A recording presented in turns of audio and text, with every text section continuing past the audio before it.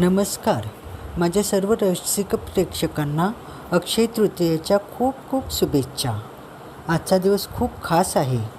3.5 मुहूर्तांपैकी एक असलेला हा दिवस आपण आपल्या संस्कृतीत मोठ्या उत्साहात साजरा करतो. आजच्या या विशेष व्हिडिओमध्ये मी तुम्हाला माझ्या घरची पूजा, देवाचा पंचामृत अभिषेक आणि अत्यंत महत्त्वाची अशी धनलक्ष्मी कुंचम सेवा दाखवणार आहे. व्हिडिओ शेवटपर्यंत नक्की पहा.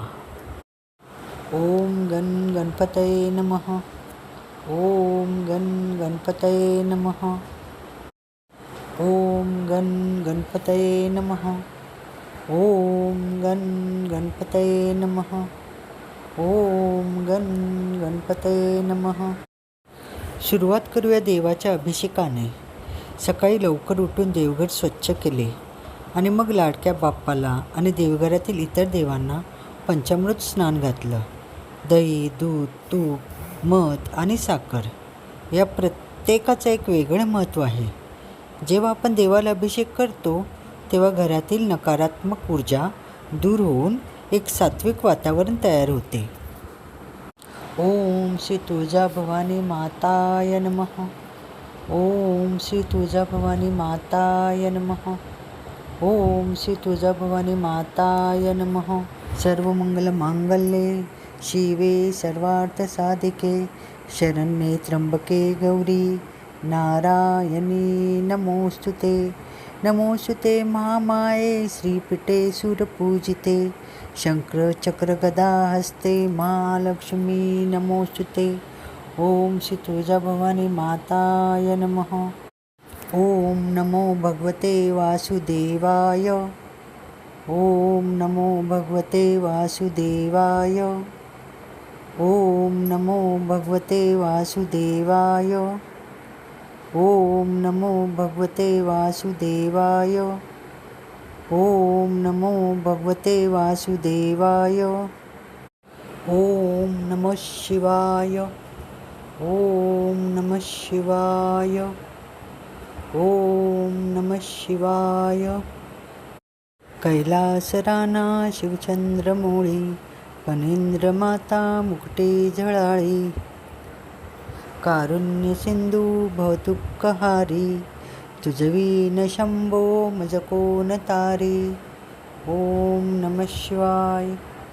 ओम नमः शिवाय. ओम नमः शिवाय. ओम नमः शिवाय. ओम नमः शिवाय. ओम नमः शिवाय. ओम नमः शिवाय. अभिषेक झाल्यानंतर देवांना छान पुसून नवीन वस्त्र आणि सुवासिक फुलं अर्पण केली. आज अक्षय तृतीया आहे, त्यामुळे देवघर फुलांनी सजवल्यावर जो आनंद मिळतो तो शब्दात सांगता येणार नाही. तुम्ही पाहू शकता देवाचं रूप कसं खुलून दिसत आहे. आज अगदी मला मनासारखी फुलं मिळाली होती. सर्व देवींना मला गुलाबं मिळाली होती. छोटी छोटी गुलाबं खूप क्यूट दिसत होते. खूप छान वाटलं. मी एक तुपाचा आणि एक तेलाचा दिवा लावते. देवघर अगदी प्रसन्न झालं होतं.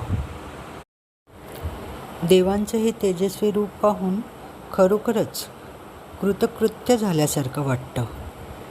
भक्तिभावाने केलेली ही छोटीशी सेवा देव नक्कीच स्वीकारतो. तुमच्या घरातही आज कोणत्या देवाला अभिषेक केला? कमेंट्समध्ये नक्की सांगा.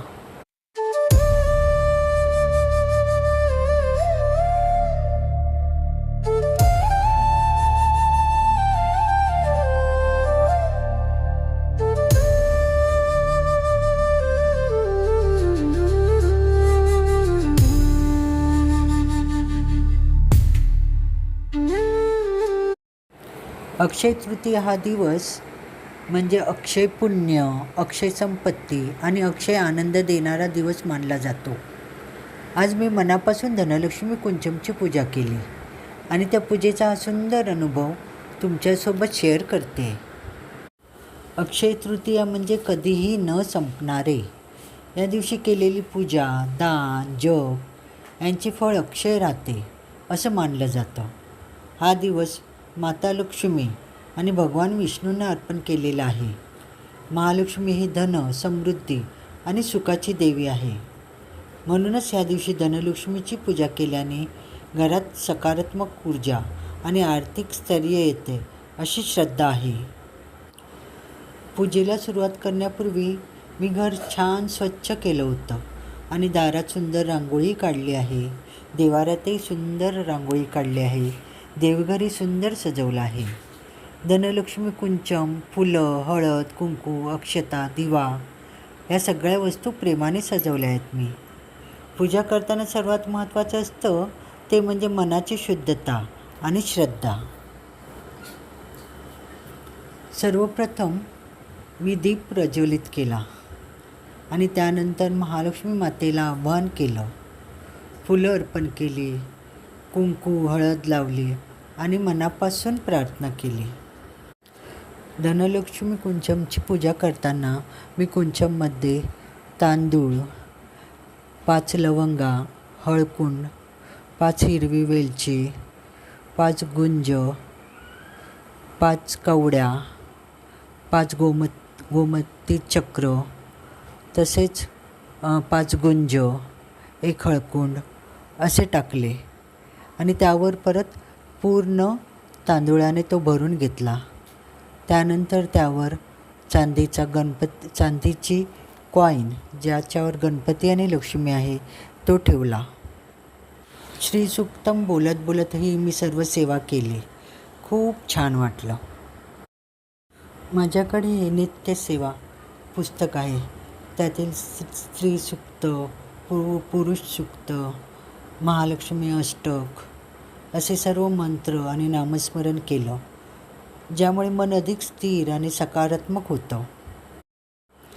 ही पूजा फक्त आपण संपत्तीसाठीच नाही करायची, तर मनशांती, समाधान आणि सकारात्मकतेसाठीही करायची. आपण जे काही करतो ते श्रद्धेने केलं तर त्याचं फळ आपल्याला नक्कीच चांगलं मिळतं. अक्षय तृतीया आपल्याला हेच तर शिकवते की चांगल्या गोष्टींची सुरुवात कधीही उशिरा नसते.